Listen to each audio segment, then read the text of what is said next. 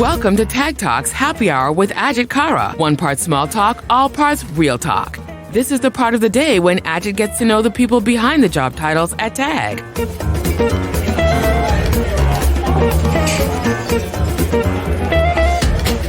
Hello and welcome. This is Ajit Kara. I'm the Tag CEO for the Americas. Welcome to Ajit Kara's Happy Hour. Those of you that know me, most of you know that I believe that Tag's very blessed to have the biggest asset in the world, which is an amazing set of folks and people. So I decided to do this podcast to deeply understand a little bit more about the people that work here, what makes them tick, and genuinely to get to understand them a bit more. So today, I'm delighted that I'm going to be joined by Mark Knowles, our GM of Creative Services. Mark, welcome to my happy hour. Cheers. I love that you put on your podcast voice as well. Well, hang on. Before we start, you have to test that this is real red wine. Oh, I've already drunk it, mate. Don't worry. Is it nice? Yeah, it's delicious. It is gone 12 o'clock, so it's all good. Mark, thank you for agreeing to do this podcast. Thank you. Really appreciate it. So, folks listening to you for the first time, which I'm sure is quite rare because most people know you, you don't have an American accent. So where did you come from? I don't. I came from Southampton, where the Titanic sailed from. It's the only way that I can locate any American as to where I actually grew up. Right. So, right. Yeah, it's a tiny little town on the south coast of England. And when did you come here? I moved over here in 2012. Right. So I've been here for now 10 years. Actually, 10 years this year. So it's been a little while. And you love it here, do you? I do. Life is very different here than it is in the UK. It was funny, I'd gone back a little while ago, and it was the first time I'd gone back pre sort of COVID. So It's been a while since I've been back.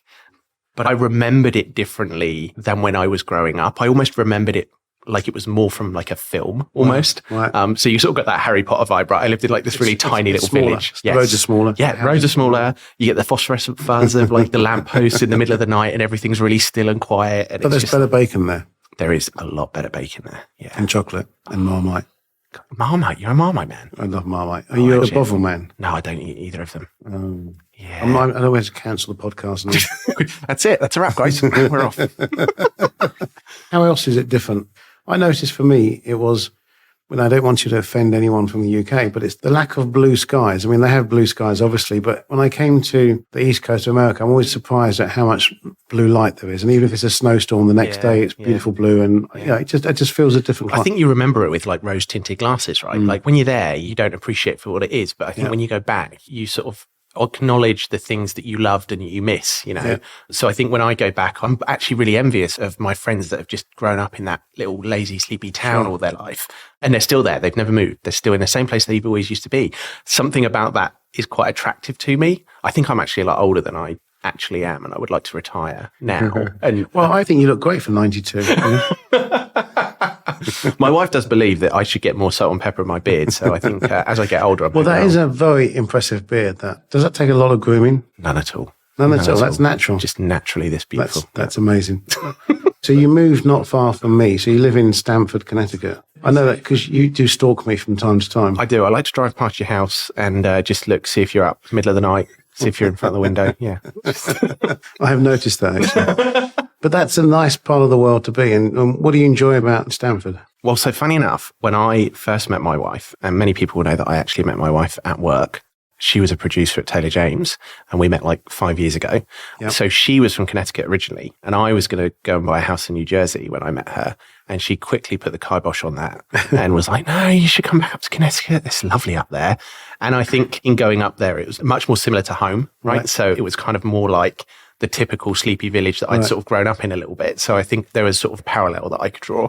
And it was the big open green spaces, like you said, you know, the sort of forests, things like that. Yeah. Her mum lives in a beautiful gaming lodge on the top of a hill in North Stamford, just around the corner from me, actually. And that for me was just like an absolute winner. So it's not that I married my wife because of my mother-in-law, of course. Well, she said something different to me when I spoke to her the other day. But let me take you back to your childhood then. So Southampton, where the Titanic left. Tell me about growing up. Tell me about your mum and dad, early memories. What did your dad do? What did your mum do? So my dad, unfortunately, passed away. So he passed away when he was 62. I'm sorry to hear that. He passed away young, but very fond memories of him growing up was always there. So he worked for Customs and Excise. Right. And he was the international trade and business along all of the ports in the South Coast. So he would do like Southampton, Portsmouth, Dover, and he would work with big businesses to orchestrate their international trade. So import, export sort of stuff.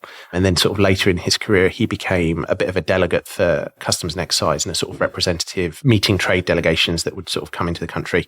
Got some very interesting gifts from Kazakhstan, I believe. So this could answer why I'm going to come on to talk about it, that you're perceiving one of the most interesting people that I know, because you seem to know something about everything. I mean, does that come from... Do you know what? That's an interesting question, because I've been doing a little bit of, I suppose, not really soul searching, but it's interesting the people you meet in the profession that we work in, right? And we've just been out to San Francisco last week talking to a client, and I was just in awe of their drive and ambition and fondness for their brand. And I think to sort of bring it back to my parents, it's the work ethic, right? I relate to a lot of people that have got a really good work ethic. And that's part of the reason that I love working at TAG, is because we've got so many people with such a great work ethic and such a good passion and such drive and determination. Yeah. And fun. Yeah, absolutely. And I think you feed off of the energy, right? Yeah. So that's always been one of the good things about Taylor James for me, is that aspect of the business has always taken me on that journey with them, and you sort of get caught up in the wave, you know? Yeah. But Dad instilled that work ethic in me. He was such a ferocious worker, incredibly intelligent, incredibly understated, the most humble man you'll ever meet, incredibly loved by his colleagues, right? And he had a huge team that he was managing. And one of the things that I will always remember is at his funeral, I stood up and did a eulogy, and I would have been about 30. And I've never been a shy public speaker, right? I've always been sort of a core strength of me. So wrote this eulogy, stood up at the front of the funeral, and literally people had traveled from far and wide to be there. And there were about 350 people at this funeral. And I didn't know not even half of them. I didn't even know a third of them. A third of them were my family, and they were the only people I knew there. But all of these people from his work life had traveled, that he had sort of kept work and family separate. But that was testament to who he was and who people thought he was as well, and how much they thought of him. One wonderful closure, that. I mean, wonderful to be able to celebrate that. I mean, without wishing to go down a slightly dark turn, but I think that's one of the downsides of COVID. Like, I lost my father during COVID, and I always thought there was going to be, similar to your father, an amazing group of people that comes out, because he was such a larger than life figure and touched many lives. And my father's not one. There's many people that have suffered the same thing, that COVID took away a decent send-off and a decent funeral. It's a shame. Oh, completely. And it truly was. You talk about closure, and I can remember I couldn't look up, right? I couldn't look up and see these 350 people that were standing in front of me. It was the one time in my life that I think I struggled to sort of like actually talk, other than the birth of my son, when I truly realized. Speechless. Right? Did you get that with your kids? Yeah, I felt I wasn't worthy. So when my kids came on, I'm thinking, oh my God, I'm not worthy of this. In the run up to having your kids, right? Are you the sort of person that is a pre-thinker, or somebody that thinks ahead, somebody that sort of gets caught up in the moment? Or do you just live in the moment and sort of get there and be like, oh, this is amazing? Because I am very much the latter, and I didn't think about it in the run up to the pregnancy, because I kind of felt like it was harder to relate because I wasn't carrying this child, right? I was sort of living next to my wife. And I know, by the way, going off on many tangents here, that you have another on the way. So you've got two. I do. Congratulations on that, by the way. 2 under 2. Yeah. Wonderful. Mine are 28 and 26. So the reason I mention the age is that it was a different time in those days. I was extremely busy at work. I didn't really have time to think about it too much, and we kind of learnt on the fly, and it does change you, clearly. I think we are better these days around absorbing the moment, taking the best of it. I think we're getting better at that. And certainly we push it here in TAG, as you know, to try and make it quite a embracing experience from all parties. It's a life-changing model. Yeah, it was such an interesting... I wasn't prepared for the moment. Obviously, we had a COVID kid, right? So basically, it was me and my wife and the nurse in the delivery room, right? And then this kid pops out. And up until that moment, I don't think it had hit me that it was truly happening. And then they give you this child, and I was genuinely rendered speechless. They asked me what the name of the child was. I was like, oh, I couldn't say anything. Your wife will say, so the first time she saw you speak. She genuinely would. And I don't think I will ever use that term again, knowing how it truly hit me. Right? And the next day you were back on calls. No, you guys were great. I got like 3 weeks of paternity leave. It was brilliant. But it was nice to be able to sort of spend that time at home as well. Like, I don't think I truly put it into perspective how much COVID actually benefited us, not only benefited my wife in the maternity or in the pregnancy process. How have you found that? And so, as you know, we made the call to not make it compulsory for anyone to come back and embrace this kind of work-life balance and coming to the office when you need to come in and etc. You used to be in the office all the time. Well, actually, I thought I was a long day worker, but you used to beat me on that one. How have you found the transition that the work volumes haven't slowed down? Yeah. But we're doing it differently. Yeah. Truly transformative. And you're always at the forefront of thinking around that, aren't you? Yeah. It's truly transformative. It's interesting. I was thinking about this morning on the way in, and I think that the advertising world, it attracts a certain type of character, right? And it attracts that sort of very driven, hungry, passionate person. And I think that we get enveloped in the creative process of producing content, right? And that's where our drive comes from and our sort of passion. You talk about passion a lot. And I think that hasn't changed, but it's created a better balance for the team, not having to do the commute, not having to do the commute home. They're there for their children and their kids. That's the thing that, you talk about sacrifice, these driven people, there's always compromise, right? So I think that has been truly transformative. The people are a lot happier, right? And I think that there's a lot of people that have resisted that change, and you made a call early on to embrace it. And I think it's now paying dividends, Well, I want to come back to your childhood because there's a part of your history that I'm fascinated about. There's so much about your history that I'm fascinated because we have a similar thing that you wanted to be a certain type of career and you went for that and you didn't make it. I did. So I want to know what you went for and why you didn't make it. So I truly wanted to be a police dog handler when I was younger. And it was like, I was fixated on it. So my uncle, he worked in the RAF and he was actually a photographer, and he would sort of travel around all over the world and take basically reconnaissance imagery. As a dog handler doesn't travel around the world. They don't, and they don't fly very well either. But he took these beautiful pictures of these dogs on the airbase and they sent them to me. And they were like really amazing. That actually was where I first got a love of photography as well. And he sent this stuff to me, but I was like, oh man, that'd be really cool to be a dog handler, right?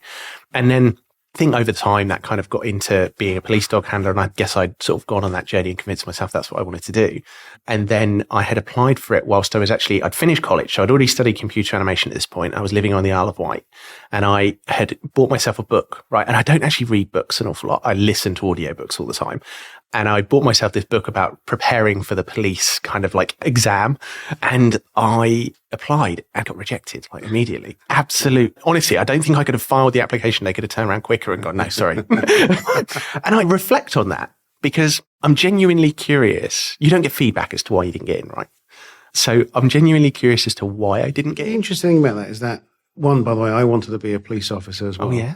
I didn't apply. My father just wasn't supportive about me becoming a police officer, but I always wanted to be a police officer. And if I'm interested today, if I could, I'd still want to be a police officer. I think it's a calling in life that I probably never will be able to live. But I look at you and how you, one, physically look and how you deal with situations around how calm you. I could imagine you being a British Bobby, which for the people that don't understand Bobby, it's the slang word of a police officer, but I can imagine you being a police officer in the UK. I really can. I'm just picturing you with one of the big hats on at the moment and like a little truncheon and let's not go in for all the jokes from the Rowan Atkinson era that we know about police officers. But I could really see you being a police officer. Do you know what I think it was? When you do the application, they ask you about your kind of life experience, right? And when have you ever been in a situation where there's been conflict, or when have you had to mediate a situation, or when have you had to draw on something that's made you feel really uncomfortable, right? I had none of those life experiences at the time. I'd not lived. I'd lived quite a sheltered, privileged upbringing. It's just you had brothers and sisters? I've got a brother. Right. But we come from a very working class family. My nan and granddad were like super working class. They had 5 kids, and those 5 kids got the ethic from my grandparents, and we got the ethic from my parents, and turned that into kind of where we all are now. And we've all done really well for ourselves as a result of that work ethic that you can really go back to my dad's parents. But it meant that our moral compass was very sound. And in some respects, that was a downside because I never was in a fight at school. You'd be shocked at what the police officers have to do then. Right, so. yeah. I don't think I could relate to the questions very well. And I think that's a big part of the reason why I didn't get in. But I think your work ethic thing has transferred because in America, the work ethic and what people do, I think, is absolute, actually. It's almost like if you want to progress, you work hard and you collaborate well and you do well. It's an interesting one. We'll get onto this a little bit later when I ask you some questions. But George Rex put me onto this Diary of a CEO podcast, and everybody hears me talk about it because I love it at the moment. And it's about a guy, Stephen Bartlett, and he ran Social Chain, which is like a $300 million social media company. And he talks about work ethic, and he talks about the fact that it's a little bit of a taboo subject, right? In today's age where you shouldn't have to overwork to overachieve, right? And I think that I struggle with that. Like in my generation, I'm technically a millennial, as I found out the other day. I wasn't entirely sure where I sort of straddled the generations. Yeah, I'm not an X, I'm not a boomer, whatever.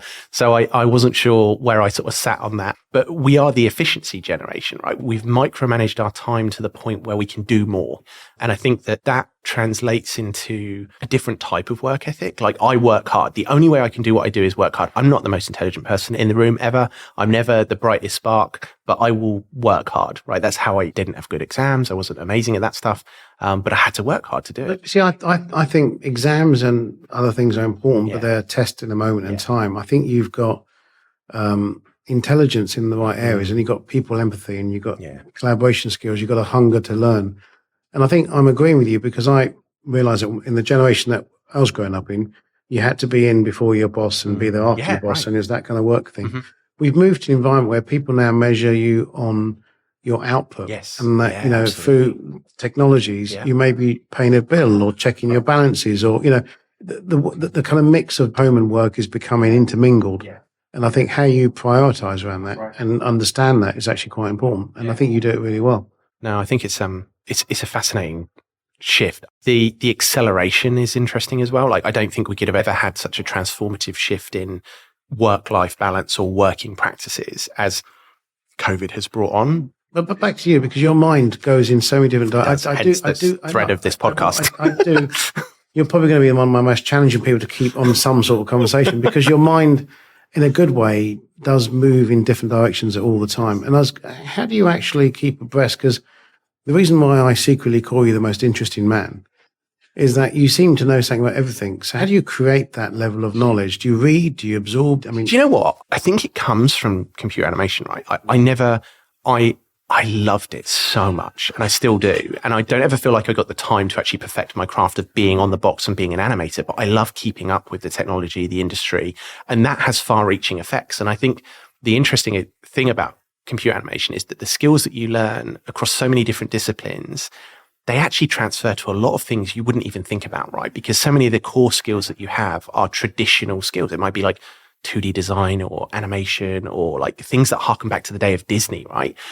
So I think transferable knowledge is actually something really interesting. So if you can pick up the thread of something, right, or you can relate to one specific thing as part of the conversation, you can quickly draw on different pools of knowledge from a lot of different places to kind of form a bigger picture thinking in the moment. One, as you know, rather childishly, my two most favourite films in the world are Frozen 1 and Frozen 2. And you'd make a great Olaf. Exactly. I love that character. And watching the making of Frozen 2 it was, and you realise the hard work, the complexity, the time, and how they bring it all together. So when you watch something as amazing as that, the work behind it is astonishing. And in many ways, you and the team are doing things similar to that. Like, it does expose you. It's not as simple as people think it is when you see something done, and it does expand your kind of, I think the unique position as well is, like, I never had a desire to be part of film, right? I never wanted to be the cog in the machine. I wanted to be the generalist that did everything. And for me, like... Hence your title, general manager. Yes. Yeah, exactly. So I think that for me, learning a bit about everything was more attractive than learning everything about one thing. And I sort of apply that knowledge today. Like, I couldn't have been more excited to fly out to San Francisco last week, because we were learning about something new. It was something we've never sold before. It was a new client that we'd never known about. So your children are going to have to compete with your curiosity as they grow up, aren't they? I think curiosity is a really good word. And it's not something that I've attributed to myself before. But yeah, hopefully I would love to be able to say I'll pass curiosity on to my kids. Yeah. Well, look, I see it in you all the time. If I ever need to do something, I'm going to do Solar soon, and I'm going to come to you, because I know you did the Solar work around that piece. Now, the other thing is, from a sporting prowess. Oh, yes. Right. Tell me about your sport and how good you are. I think a little known fact among the team is that I'm a big fan of table tennis, but it goes back much further than table tennis. I've played sports all my life, like all my life, every sport. You do leave clues, by the way, when we have WebEx team calls. Yeah. There's the sports bag in the corner. You do leave clues. There we go. So you can spot it. So no, at school, anything I could do to get involved in sports, to be in an extracurricular team, sports on the weekends, sports in the evenings, I would do it. That was my forte. I was a very practical kid. So like anything that was like IT, anything that was hands-on, design technology, anything that was like physical education, loved geography and things like that. But really anything that I could do with my hands, I would be all over. Is your table tennis as good as, what's that film Forrest Gump. Forrest Gump territory. Are you Forrest Gump territory? I mean, I can't do it with both hands, but I can certainly do it good with one hand. Yeah, funnily enough, I've just started again in January. So there's a club up in Westchester that's really big. And I'm sort of working my way back up from the bottom again. They give you a rating system, right, at the club. So anybody over 2,000 is like serious good. And I haven't played for about 9 years. So I've got to sort of like earn my way back up. And what attracts you to table tennis? Like most sports, people lose themselves or table tennis strikes me as when I used to play as a kid. Your focus has got to be continual. And, but what is it? Are you relaxing? Are you enjoying I was sitting there last night. Literally, I played last night. So I was sitting there thinking about this. And there is no sport like it, right? It's the most explosive sport. But is it tactitional or is it like another sports you're playing a tactical game like snooker? But how is this tactical? Because it's really a physical... There's actually a multitude of reasons why I love it, right? So first and foremost, I actually love it for the social aspect of it, because in no other sport can you meet a 12-year-old kid that can whoop your ass and a 90-year-old guy that can also whoop your ass, right? There's a complete even playing field across sex, gender, diversity, whatever the case might be. It doesn't matter. I'd say golf is the same. Possibly. Well, yes, possibly. I still think that there's some strength related. Like I was actually reading an article yesterday about the difference in terms of muscle systems between males and females and why males have 25% more muscle fibers than females. Therefore, they can lift more. It was very interesting anyway, but there's still that sort of like general divide. They don't commingle in terms of where they play, whereas in table tennis, you can totally do it. So you can literally have a 12-year-old play a 90-year-old. I get beaten by them all the time. So that aspect, the social aspect and the level playing field is really interesting. I love the explosive nature of the sport. It's so quick, right? And to your point about how quick it keeps your mind, you have to think in the milliseconds, right? You have to be able to react very, very quickly. Unfortunately, my mind is actually quicker than my body now. So my body is about 10 seconds delayed.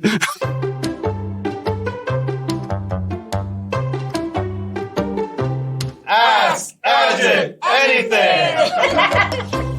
So it's been wonderful speaking to you, but this is the time. We got to stop. We got to finish. We can carry on if you want, but I was going to say you have the freedom to maybe ask me any questions. And unfortunately, I don't know what you're going to ask. No, you don't, which is exciting. So back to my Diary of a CEO podcast. So he has big, high-profile CEOs on, and I took a leaf out of his book. And I wanted to evolve one of his questions. So he talks a lot about whether or not you're afraid of death, right? But that's not the question I'm going to ask you. If you had to die for a cause, and it wasn't your family, what cause would you die for? Yeah, that's an interesting question. I'm not going to give you the normal answers, the sensible answers, like I would die for my country and all this sort of stuff, because clearly that's up there. Which country?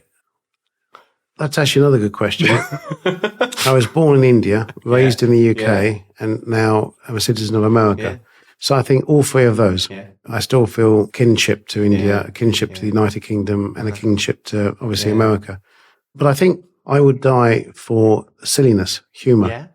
That's a good answer. Where, if I'm honest, my God is humour and silliness. Oh, I love that answer. And would you confirm I had no idea to prep for this at all? You didn't, not in any way, shape or form. I've not told anybody this question. That's a great answer. That's what I would die on the stump for, because you know that I can't resist good humour. I love good humour. And that will be my cause. Do you know what? That's a brilliant answer, because a lot of the conversation around what would you regret on your deathbed, right, is were you happy, right? Yeah. And I think silliness and humour, it makes us happy, right? So that's true. Well, it's like Spike Milligan, if you remember on his gravestone, he had engraved, I told them I was ill. That to me is extremely funny. Damn it, I thought I was going to catch you out with that. That was really good. Now, Mark, can I just say that you are a testimony to why I love this company and the people that work for it so much.